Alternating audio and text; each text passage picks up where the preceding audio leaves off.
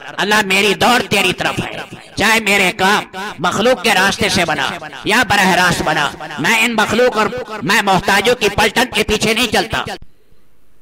بسم اللہ الرحمن الرحیم۔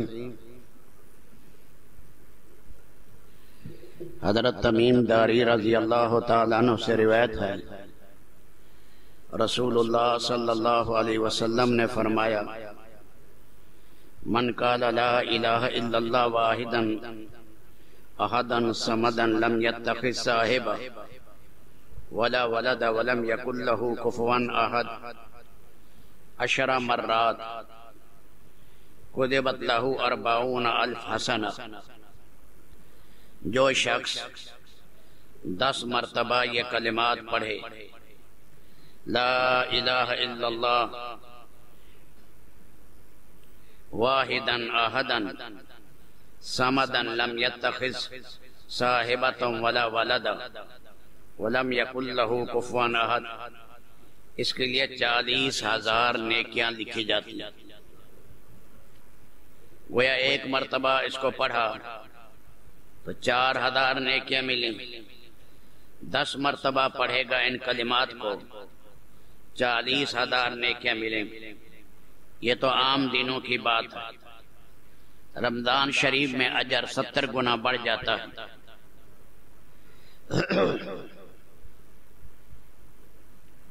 ایک نیکی 70 کے برابر ہو جاتی ہے۔ اس لحاظ سے یہی کلمات کو اگر غیر رمضان میں ایک مرتبہ پڑھنے پر 4,000 نیکیاں ملیں، رمضان میں 70 گنا اجر بڑھ گیا، تو ایک مرتبہ رمضان شریف میں پڑھے تو 2,80,000 نیکیاں ملیں۔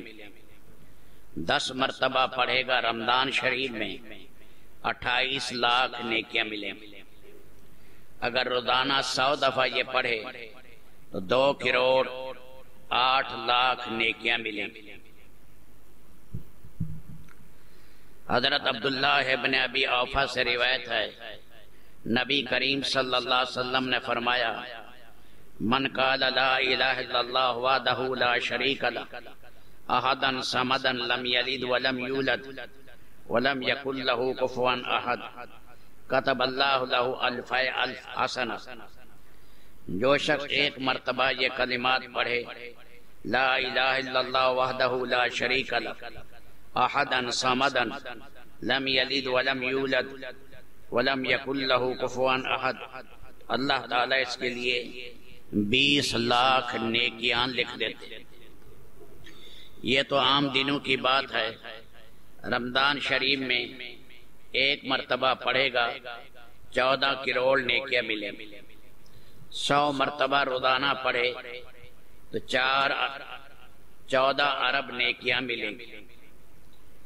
پورا مہینہ 200 مرتبہ پڑھے تو 4 خرب اور 20 ارب کے قریب نیکیاں ملیں۔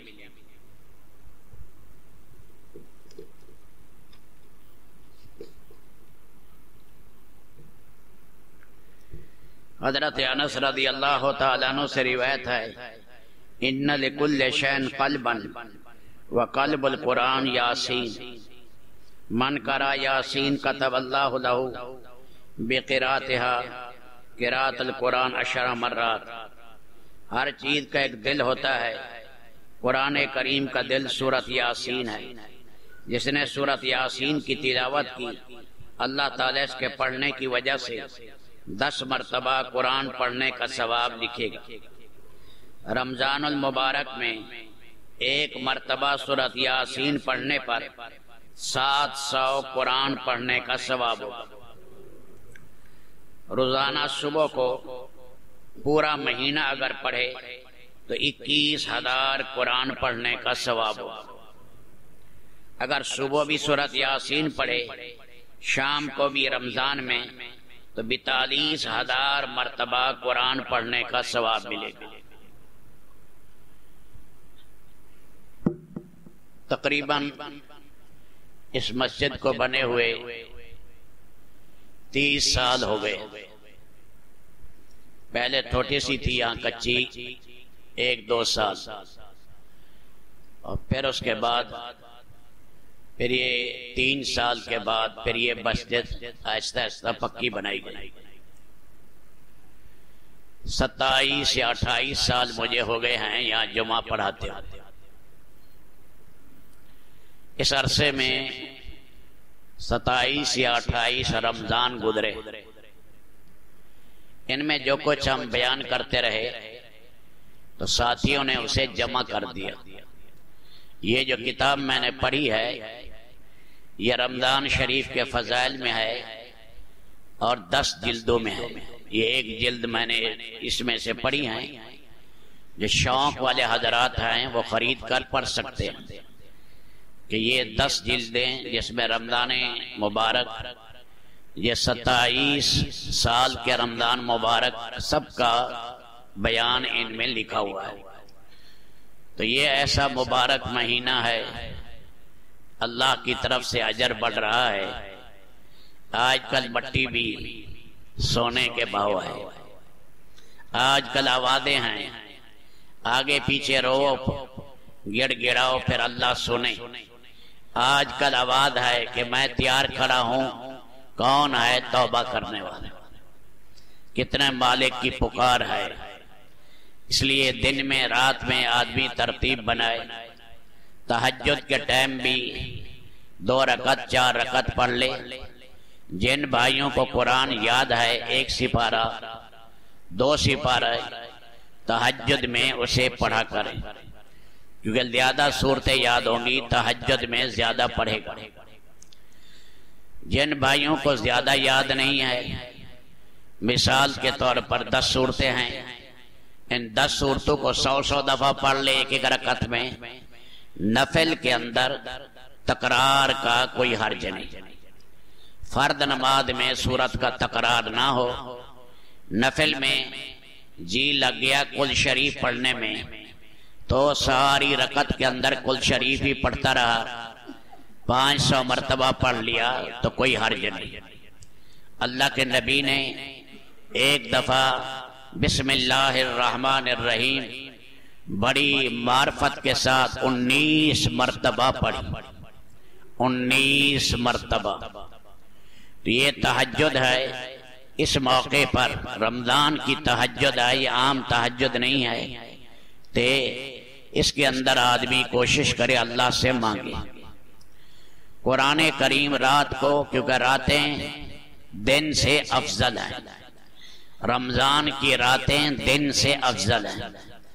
جن بھائیوں کے لیے مجبوری ہے، انہوں نے دکان کھولنی ہے یا دفتر جانا ہے، وہ تو زیادہ نہیں کر سکیں گے۔ جنہیں مجبوری نہیں ہے تو وہ رات کی عبادت کو دن کی عبادت پر ترجیح دیں، دن میں ذرا آرام زیادہ کر لیں اور رات بیداری میں زیادہ گزرے۔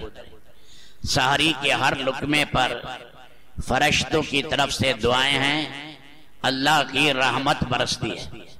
طبیعت خراب بھی ہے، پانی کے چند گھونٹ پی لے، لسی پی لے، کھجور کھا لے، فرمایا یہ برکت کی چیز اللہ نے امت محمدیہ کو دی تاکہ روزے پر قوت حاصل ہو جائے۔ رات کو جب بیدار رہا، فرمایا دن میں قیلولہ کر کے آرام کر لے۔ فجر کی نماز، کیونکہ نماز میں مقصود ہے تکثیر جماعت، فجر کی نماز میں کہ جماعت بڑی ہو۔ عام دنوں میں ساتھی دیر سے اٹھتے ہیں، اس لیے کہا اسفروا بالفجر فإنہ آدم للأجر، فجر کی نماز میں خوب اجالا کرو، اجر بڑھے گا۔ یہ عام 11 مہینے کا حکم ہے تاکہ زیادہ مجمع اکٹھا ہو۔ اور رمضان شریف میں مجمع چونکہ سحری کر لی، ابھی جاگ رہا ہے، اس لیے جلدی پڑھ لیتے ہیں تاکہ یہ سنت ہے، اس موقع پر سارا مجمع پڑھ لے اس کو۔ مغرب کے ٹائم جب افطاری ہو ذرا دیر ہو جاتی ہے، 10 یا 15 منٹ، اس لیے کہ حدیث میں آیا ہے ادھر کھانا آ گیا ادھر بھوک ہے، کھانا پہلے کھا لو تاکہ تمہاری نماز خراب نہ ہو۔ صحابہ کرام بھی بعد دفعہ کھجور ہوتے کھجور کھا لی،